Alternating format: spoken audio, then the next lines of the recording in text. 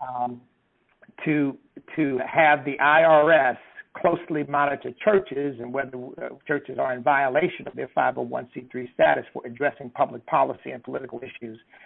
So without saying any more than that, I don't want to take more time away from our guest. Erik Stanley is the director of the church project of the Alliance Defending Freedom. He can better define that for you. But he is a top leader in the Alliance Defending Freedom and is somebody who is traveling the country working to try to make sure that our First Amendment freedoms are protected. With that, Erik, thank you again for joining us. Sir, the floor is yours.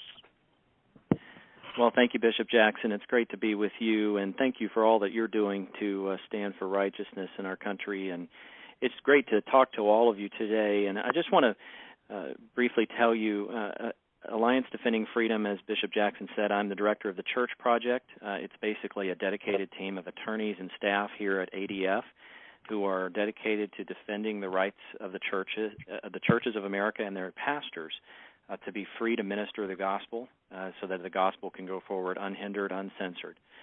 That's our mission and our goal. And so if you ever find the rights of your church to be in jeopardy by the government, then please give us a call. You can always find us on the web very easily, alliancedefendingfreedom.org. But I want to talk to you about this recent lawsuit by the Freedom from Religion Foundation against the IRS. And in order to do that, though, I need to go back and kind of set the stage a little bit with some history and to tell you, as most of you are probably aware, that for the first almost 200 years of American history, pastors were free to preach from the pulpit whatever they wanted to say. They were not subjected to any governmental restrictions or penalties for what they said from the pulpit. And in fact, many pastors spoke out bravely and freely on the issues of independence, promoting women's suffrage, ending child labor, the civil rights movement, against slavery. Many pastors spoke freely on those issues, and many pastors took the opportunity when an election was taking place and the stated positions of the candidates intersected with Scripture to talk about what Scripture said about those stated positions and whether the congregation ought to vote for a man or a woman who had those stated positions. And so we've got sermons in black and white going back to as early as the election of 1800, where Thomas Jefferson was running for office, where pastors from the pulpit were both supporting and opposing his candidacy.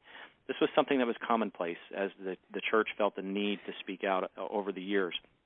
Until 1954 rolled around, and Lyndon B. Johnson was running for re-election to the U.S. Senate from the state of Texas.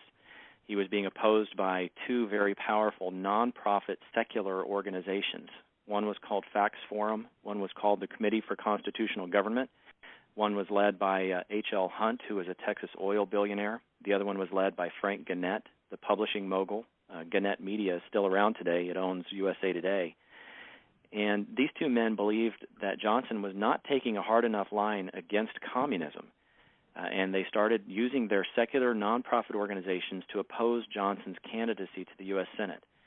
And Johnson didn't like that. He tried several ways to silence them. He went to the Texas Elections Commission, and he even went to the IRS and was told on every occasion that these men were not violating the law. Their nonprofit organizations were not violating the law.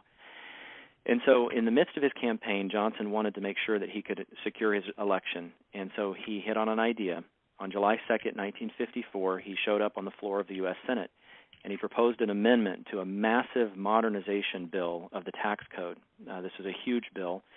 The legislative history is about 2 paragraphs long on that day, and it shows that Johnson had already gotten the approval of the sponsor of the tax bill to insert his amendment, and the Speaker of the House asked for a voice vote. It was unanimously voice vote approved, and the amendment went into the bill.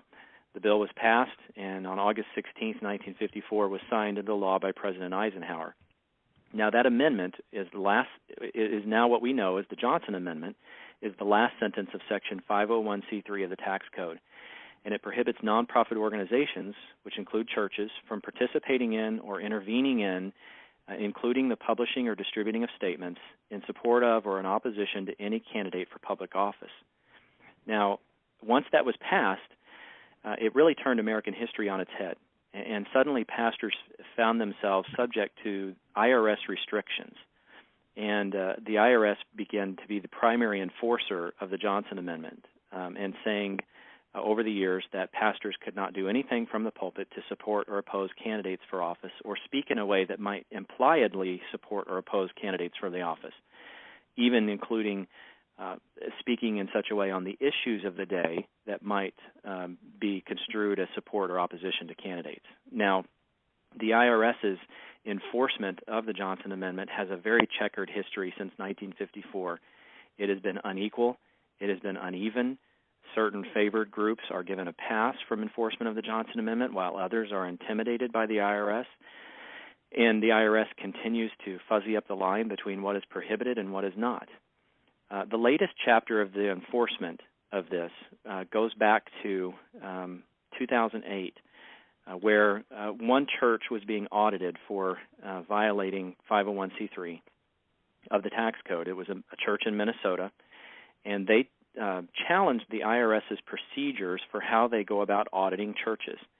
And what this church claimed was that the IRS was not following federal law, a federal law specifically called the Church Audit Procedures Act, which was passed in Congress by 1984 in response to some of this checkered history of enforcement by the IRS.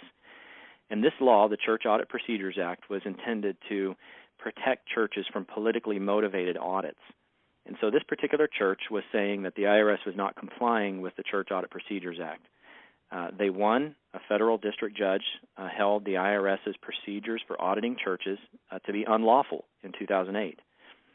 So at that point, the IRS, to our knowledge, began to stop auditing churches until it could come up with new procedures for how it could go about auditing churches that would comply with this Church Audit Procedures Act. Fast forward several years, there was no action from the IRS on these new procedures. They just kind of sat there, and to our knowledge, no churches were being audited by the IRS at all. And so in 2013, the Freedom from Religion Foundation, a very radical secular atheist organization, filed a lawsuit against the IRS. And this lawsuit claimed that the IRS was treating nonprofit organizations unequally, that it was giving churches a pass from the Johnson Amendment, but that it was allowing other nonprofits to be subjected to the Johnson Amendment. And so recently, about 2 months ago, the Freedom from Religion Foundation, announced a settlement with the IRS of this lawsuit. And in that settlement, it said that the IRS had assured Freedom from Religion Foundation that it now has procedures for how to audit churches, that it will begin auditing churches again, and that it has continued to audit churches in the intervening time period since that 2008 court decision. And this was concerning for a couple of reasons. One, because the IRS says that it has these procedures for auditing churches, but those procedures are not publicized.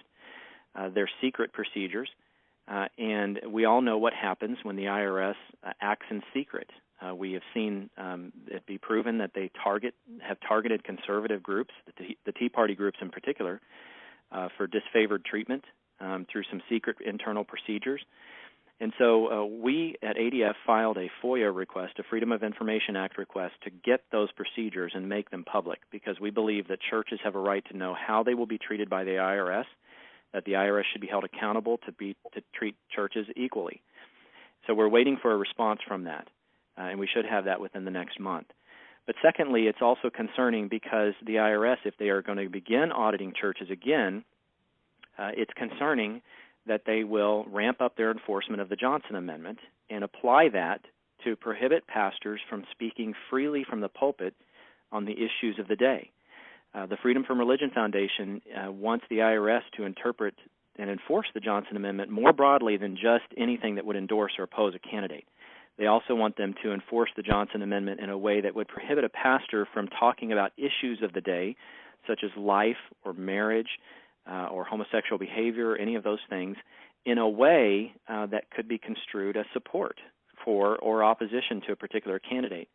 And we all know what that means, that as candidates and as political issues kind of co-opt biblical issues, that even any discussion of those will fall on one side of the aisle or the other, and align with one party or candidate over another. And so that's what the Freedom from Religion Foundation wants the IRS to enforce.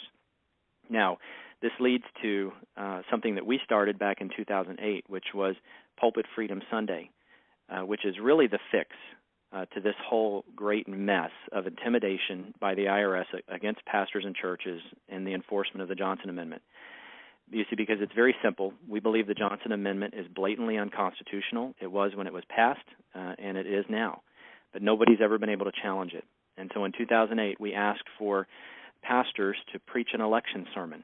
And that year started with 33 churches who preached a sermon. They specifically talked about the stated positions of the candidates, how those stated positions aligned with Scripture, and they recorded and then they made recommendations about how people in their congregation ought to vote based on what the Bible says about those stated positions. They recorded their sermons and sent them to the IRS. And over the years, Pulpit Freedom Sunday has grown. In 2012, we hit a high of 1,600 churches from all 50 states who participated in Pulpit Freedom Sunday. Many of them recorded their sermons, sent them off. All of them made their participation public in Pulpit Freedom Sunday. And the goal is to restore a pastor's right to speak freely from the pulpit, to not be intimidated by the IRS when you stand to proclaim God's word, as it applies to every area of life, even the area of elections and the selection of our national leaders, because it's been very clear that politicians have gotten a free pass from moral scrutiny for far too long. And how's that working out for us? I think we all know the answer to that. So none of those pastors who have participated have been in any way threatened or punished or censored by the IRS because of their sermon. But if they do, Alliance Defending Freedom stands ready. We will represent those churches and pastors free of charge in a lawsuit, and we'll seek to have the Johnson Amendment declared unconstitutional.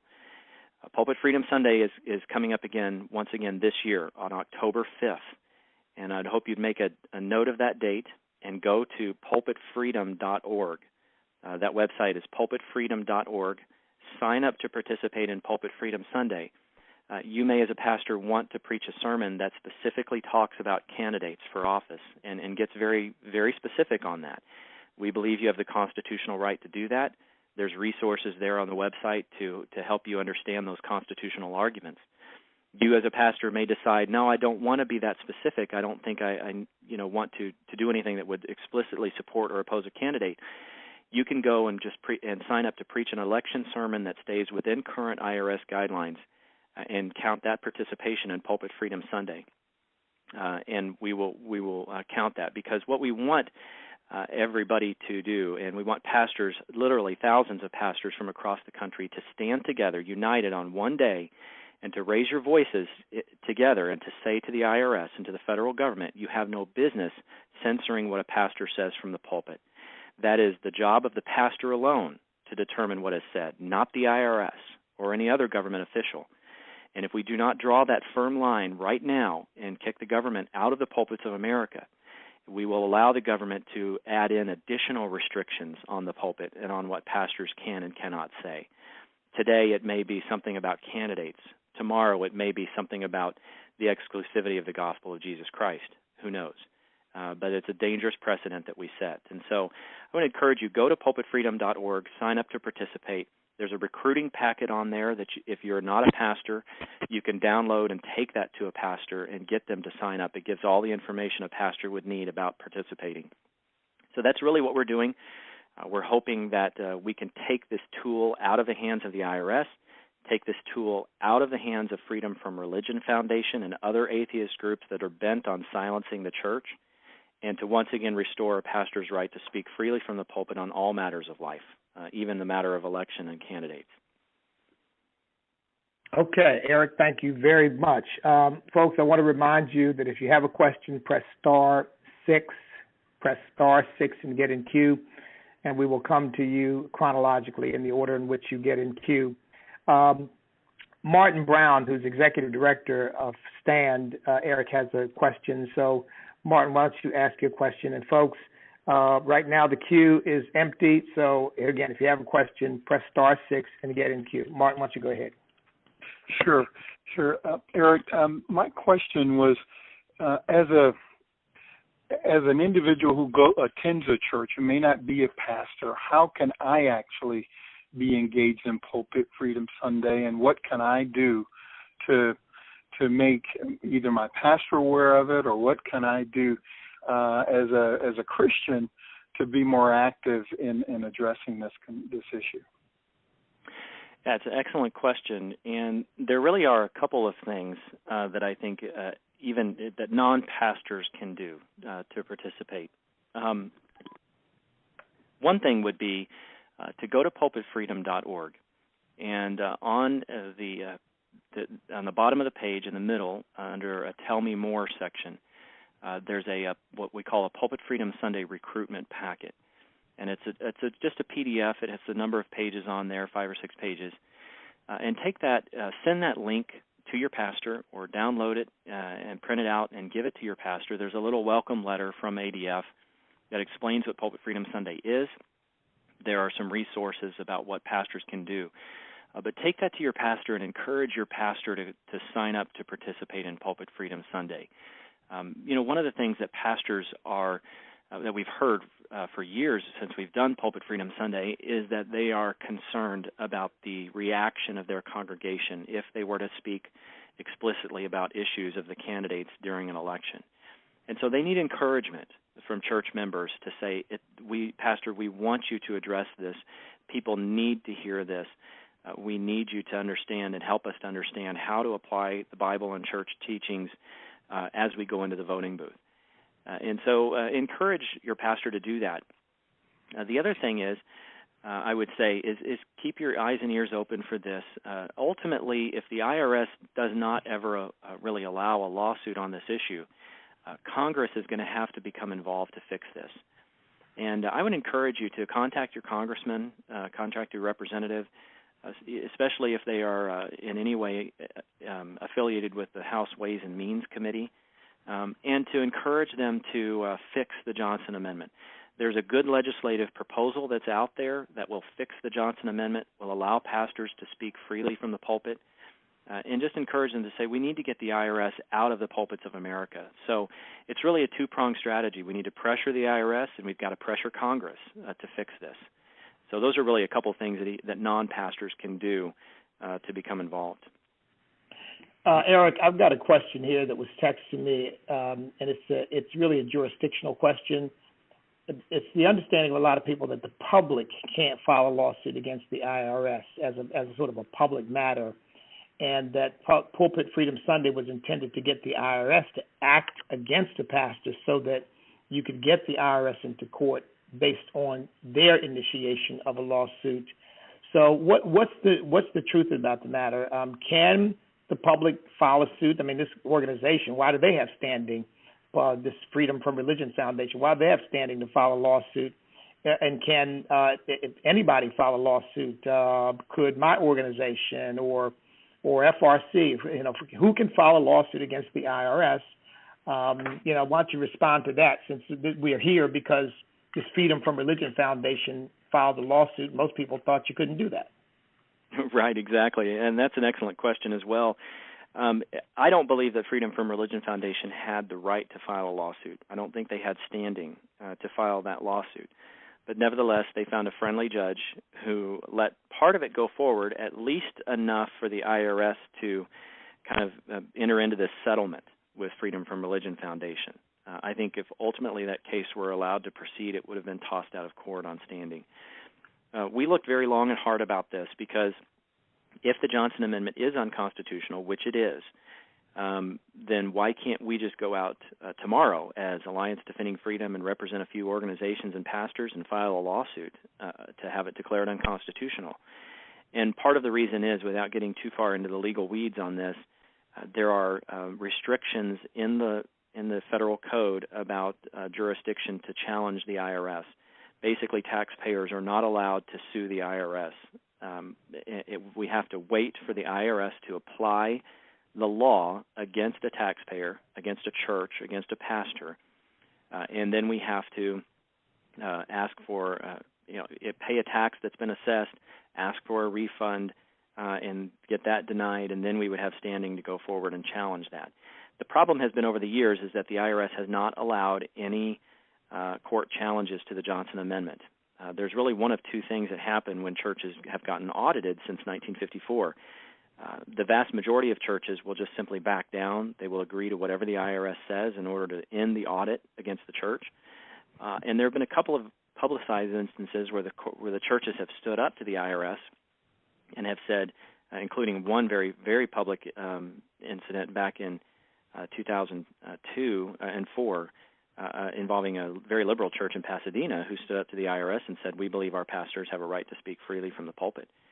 And the IRS backs down and will basically drag them through a couple of years of an audit and then close the file and say, you violated the law, don't do it again. But they will never allow a court challenge on this, and it's because they don't have to. The IRS has been very good at enforcing the Johnson Amendment through fear and intimidation. And that's what we have to shake off as pastors and as churches, is the fear and intimidation, to tell the IRS we're no longer afraid of you. We know what our constitutional rights are. We will stand on those rights, and we will exercise those rights. And if you believe you have the right to censor us, then we'll challenge that in a court of law. And we believe then the Johnson Amendment will be declared unconstitutional. Excellent. Okay, Martin, let's go to, I think we got a couple of callers, and I've got lots of questions in my head, but let me hold my questions and let's go to the callers. Sure. We're going to go to caller with the number ending in 4297. 4297, go ahead.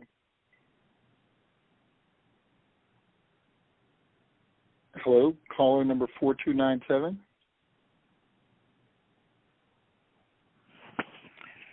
Okay, let's go to the next person. Maybe that person's on mute or something.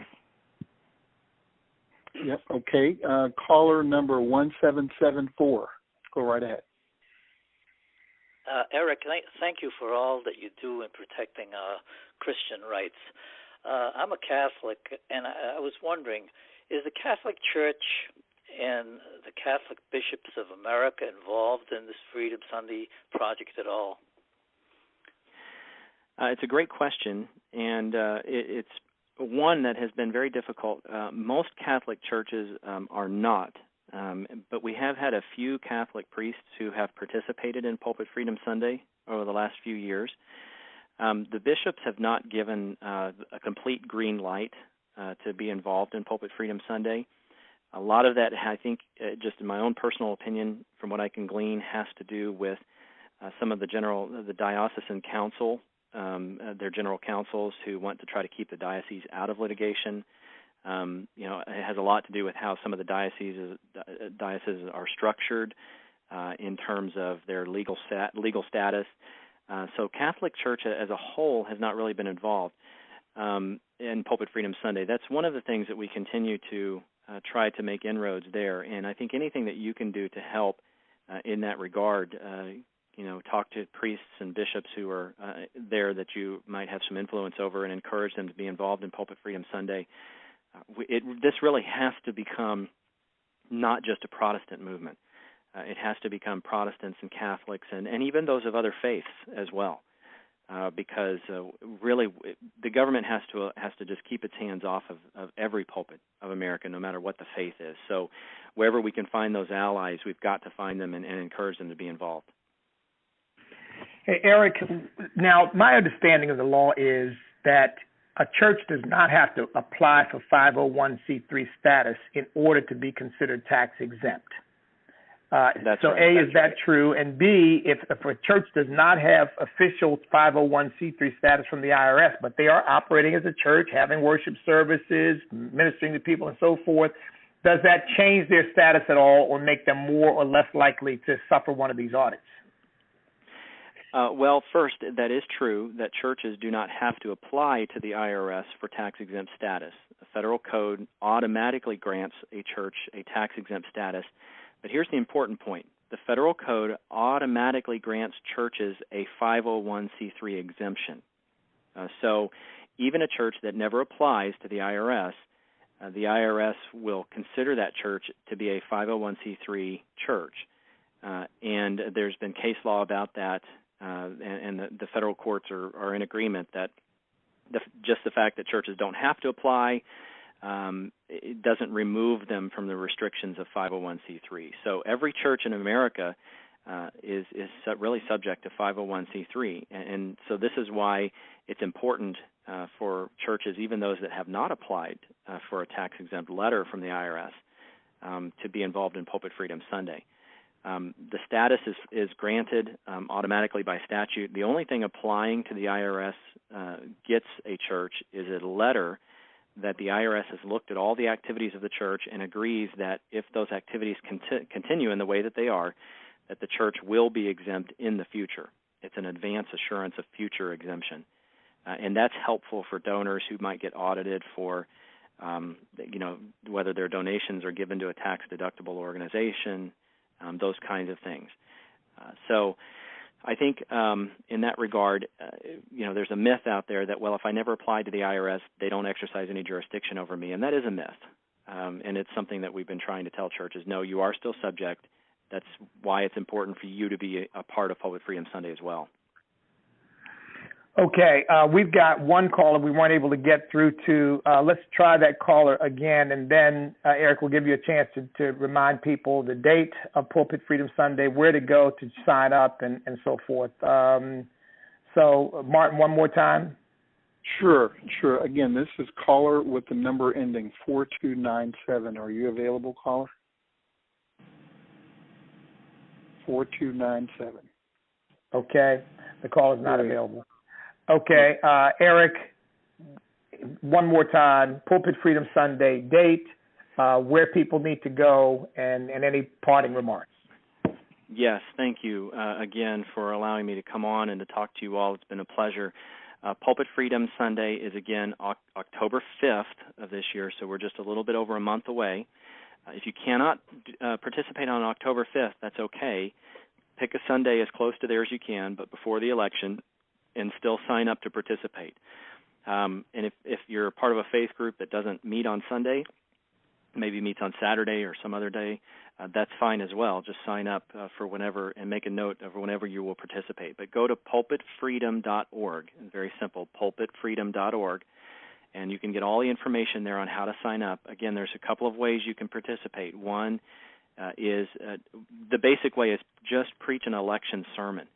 And really two ways you can do that is to stay within current IRS guidelines. We have a resource there that will help you do that and understand the ins and outs of that as much as you can. But then also, if you would like to get specific about candidates in an election, we believe you've got the constitutional right to do that. So sign up to preach a sermon to do that. And if you are ever audited or punished in any way by the IRS, Alliance Defending Freedom will represent you free of charge to have the Johnson Amendment declared unconstitutional. So pulpitfreedom.org. Again, if you're not a pastor, download the recruiting packet, take that to your pastor, and get them involved as well. Hey, and Eric, telling your members to get registered to vote, see, these kinds of things, having voter registration in the church, none of that is a problem, correct? Yes, that's exactly right. Registering to vote, as long as it's done in a neutral way, just encouraging church members to vote. You can even have people there who will register them to vote right away. That is perfectly permissible under current IRS law. You can also pass out voter guides that are neutral and that are 501c3 compliant. Many of you are in states where certain family policy councils have created voter guides that are 501c3 compliant. You can pass those out in the church, and the IRS is fine with that. So there are those ways to be involved as well. And in terms of just one other quick thing, inviting candidates to come. When I ran for office, a lot of people, we can't let you come because somebody else won't come, or unless we have both parties come. What is there a guideline on the website to tell a pastor, look, I want to have candidates come. I might invite both Democrats and Republicans, but the Democrats won't show up, so therefore I can't let the Republican come. Is there any guidance on the website to help pastors sort of wade through that? Yes, absolutely there is. And the basic idea there is whatever you do, just make sure that it's equal, that equal opportunity. And so, for instance, if you invite a Democratic candidate to come, then you have to extend that same invitation to the Republican candidate or the independent candidate if there is one. If a candidate, I was asked this by a pastor the other day, if a candidate comes up to me and asks to come and be introduced at the church, do I have to then go out and invite the other candidate? And the answer to that is no. You just have to extend the same opportunity. And so as a church, as a pastor, if you would say, well, this candidate asked me, I said yes. If another candidate were to ask me, I would also say yes. So it doesn't have to be that. And another question was asked as well, that, well, if one candidate comes and I invite the other candidate, but he or she doesn't come, does that mean I have to disinvite the first candidate? And the answer to that is no. The real basic guideline is you just have to give an equal opportunity, and it's up to the candidates to decide if they want to be a part of that or not. Well, Erik, you stayed past the time we asked, and we really appreciate it. Keep up the good work, my friend. We're going to be praying for you, and let us know if there's anything that we can do, and if there's any ever other urgent information you want to get out, feel free to let me know. We'll put you right on to do that. I will do that. Thanks so much again for having me on. It's been great to be here. All right. Thank you. God bless. Okay, folks. This is a very weird scenario, and I could have at least kept Erik on all day, peppering him with questions because, of course, one question that based on what he said that immediately comes to mind is, well, if the Foundation for Freedom of Religion didn't really even have standing to bring a lawsuit, why did the IRS enter an agreement with them to monitor churches? I mean, I don't get that. Why didn't they say you don't have standing to bring a lawsuit and we're not entering any kind of agreement with you unless they're predisposed to want to crack down on churches, and so this was a convenient opportunity to do so? I mean, that seems a little odd, doesn't it, to enter into a settlement with someone who doesn't even have the right to bring a lawsuit against you? But at any rate, that's where we are. And of course, I think the answer to that is political more than anything else, obviously not legal. Because the IRS certainly has the resources to prosecute any lawsuit and to defend any lawsuit that they need to defend. They've got legal counsel in their own agency, and they've got the Attorney General of the United States to defend them if that's what needs to be done. Okay, folks, I just want to emphasize a couple of quick things and then open it up if you have any questions in the remaining 10 minutes that we have.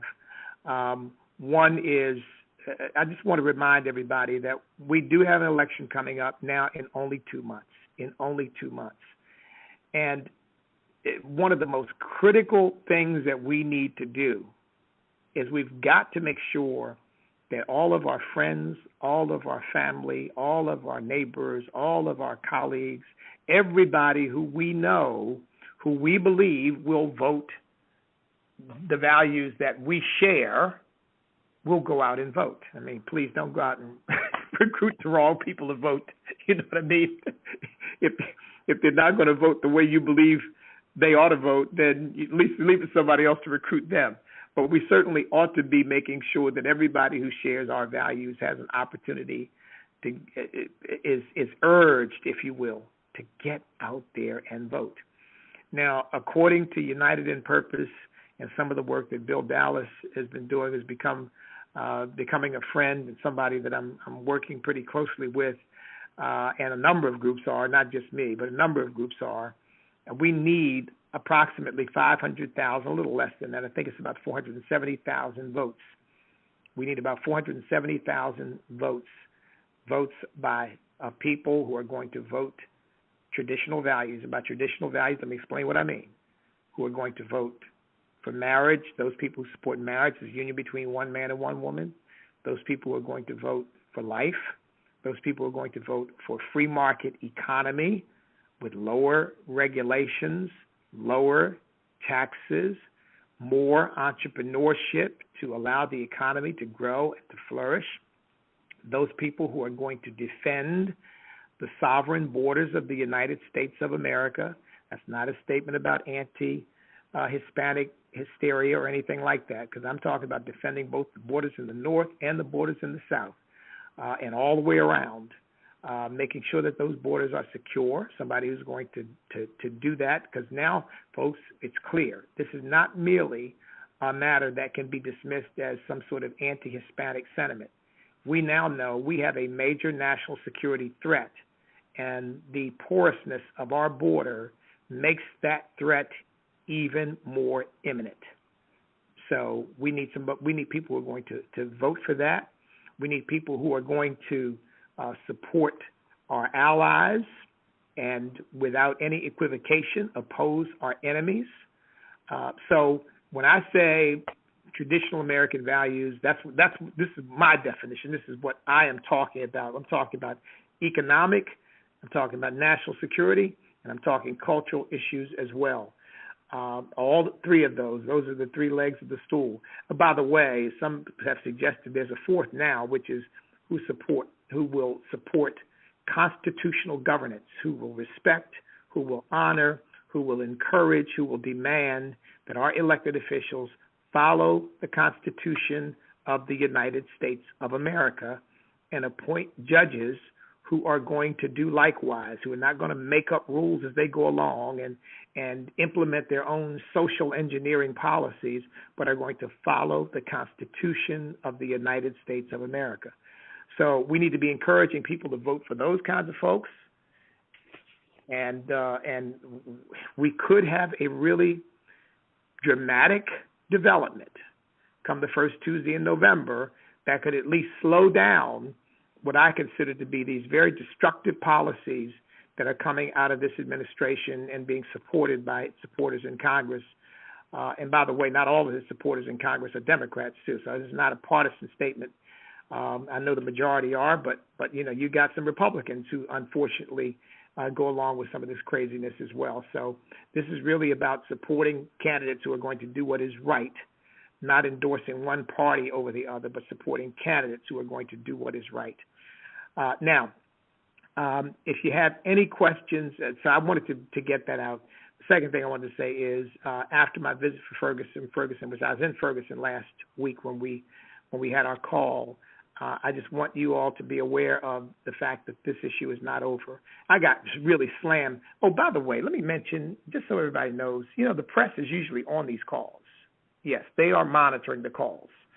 But I got really slammed in some of the blogs for some of the remarks that I made last week, and which I have no problem with. I don't apologize for or amend.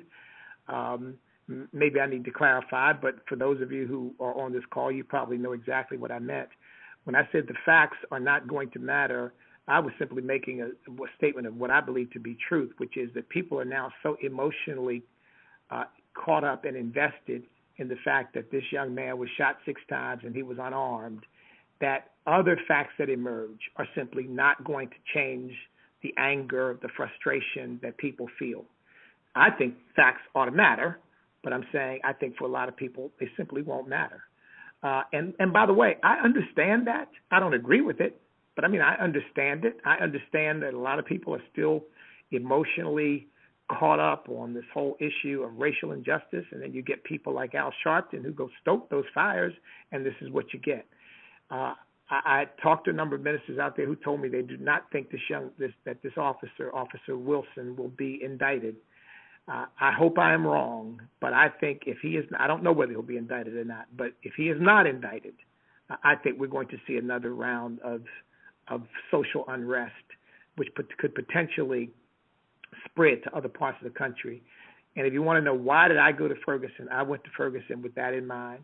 What can we do to avoid these things in the future? Not only the deaths of young people, but we know that some of that's going to happen, just as a statistical matter. We arrest 12 million people every year. Some of those people, by the way, most of them are white, but some of those people are going to be killed or seriously injured in a confrontation with police.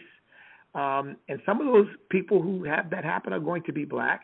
So we know these things are going to happen. It's a sad reality of living in an imperfect world.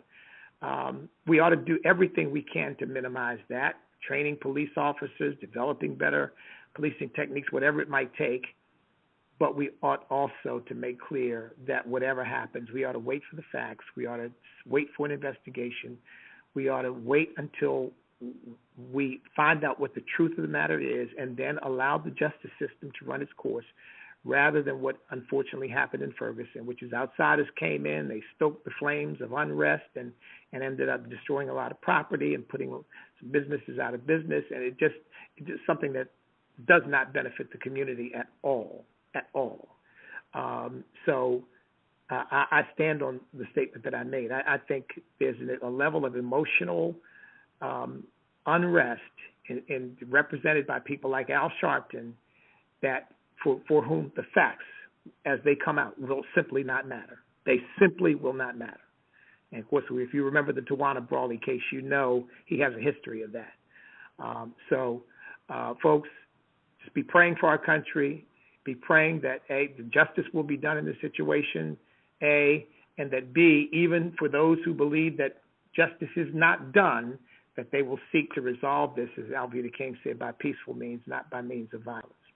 Okay, with that having been said, if there are any questions or comments before we end the call, we've only got a couple minutes left. If any questions or comments before we end the call, I will give you an opportunity to do that. So I think we got one person. This is Jim Wright. Hey, Jim. I tried to get my question in, but I got in late. I want to ask Erik about whether any gentlemen or ladies in Congress, the Senate or the House, are standing behind this. I didn't hear any mention of anybody of the consequence rallying behind this.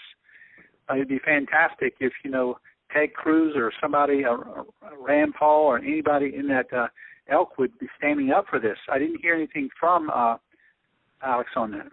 Well, Jim, when you say standing up for this, you mean standing up for Pulpit Sunday, standing against this lawsuit? What do you mean exactly? Yeah, in general about the fact, the whole concept of the pulpit being free. It's just not made it. I didn't hear anybody mention that, but it'd be nice to have somebody just rallying behind the concept, not behind one organization, but the whole concept of the freedom of the pulpit. That's a very good point, Jim. I will make that inquiry, and you're right. I mean, people like my Congressman Randy Forbes, who heads up the Congressional Prayer Caucus, and others. Yeah, Randy is absolutely awesome and should run for president, in my opinion. Amen. Well, I'm sure that he's the type who would be completely behind this. So I'll double check to see whether he is, and Louis Gohmert, who we had on, is also. And there ought to be any number of them who would be squarely behind this. So that's a good question. Thanks, Jim. We'll try to find out and report back on that next week. Excellent. Okay. All right. Thanks so much. Hey, thanks, everybody. Look, stay in the fight. Do not give up. Do not give in. Do not back down. Look, they're going to talk about you. People are going to be angry with you sometimes. I get it quite a bit. It just comes with territory. I do know this. Our country is worth fighting for. Many have died for it. We can certainly fight for it, and we can deal with the offense that comes with that because we know this country is worthy of that kind of commitment, that kind of support, because of all that it has offered to us and to all that it will offer to our posterity. Please make sure that everybody you know who ought to be is registered to vote. Please. And then make sure that they actually get out to vote. It's an off-year election. People tend not to vote. We can't have that. We've got to have every Christian, every evangelical, every constitutionalist, every person who believes as we believe. We've got to make sure that they get out and vote. So, folks, remember, we cannot be defeated if we will not quit. Martin, do we know who we've got on next week? Yes, there are a couple of guests who are pending, Bishop. It would be premature to mention right now, but there are a couple that are pending. Yeah. All right. Well, we're looking forward to being with you next week. You'll get the notice a couple times before the meeting on Tuesday, but we'll talk to you again next Tuesday at noon. Thanks so much, and God bless you, and God bless the United States of America.